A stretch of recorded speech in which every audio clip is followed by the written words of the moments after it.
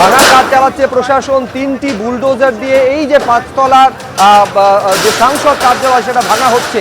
একটু আগে আপনাদের দেখিয়েছি যে প্রচুর চটের বস্তা নিয়ে আসা হয়েছে, ভেতরে যে সমস্ত সরঞ্জাম রয়েছে বা ডিজিটাল ডিভাইস রয়েছে সেইগুলোকে বাজেয়াপ্ত করার কাজ প্রশাসনের তরফে করা হবে।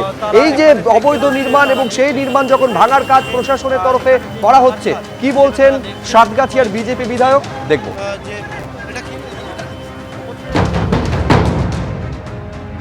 সিদ্ধান্ত বলতে গেলে এখানে যে অবৈধভাবে যে বিল্ডিংটা লিভস অ্যান্ড বাউন্সের নামে করেছেন, কোনো কিছু পারমিশন নেই, সেই জন্য সরকারিভাবে প্রশাসনিকভাবে এই বিল্ডিংটা ভাঙার জন্য প্রশাসন নির্দেশ দিয়েছে। সেই জন্য দেখলাম যে ঠিকই আছে, অবৈধভাবে বিল্ডিং করেছেন, 5 তলা বিল্ডিং, সেই জন্যে প্রশাসন সেটা ভাঙার জন্য সমস্ত প্রশাসনকে কাজে লাগিয়েছে। ডিস্ট্রিক্ট ম্যাজিস্ট্রেট, এসডিও সাহেব, বিডিও সাহেব সমস্ত অর্ডারই দিয়েছেন যে অবৈধভাবে একটা জায়গার উপরে যখন বিল্ডিং হয়েছে, এমনকি পঞ্চায়েত পর্যন্ত পারমিশন নেই, পঞ্চায়েত সমিতি নেই, জেলা পরিষদ নেই, সেই জন্য এই অবৈধ বিল্ডিংটাকে লিভস অ্যান্ড বাউন্সের নামে যেটা ছিল সেইটাকে ভাঙার জন্য প্রশাসন ডিস্ট্রিক্ট ম্যাজিস্ট্রেট নির্দেশ দিয়েছেন।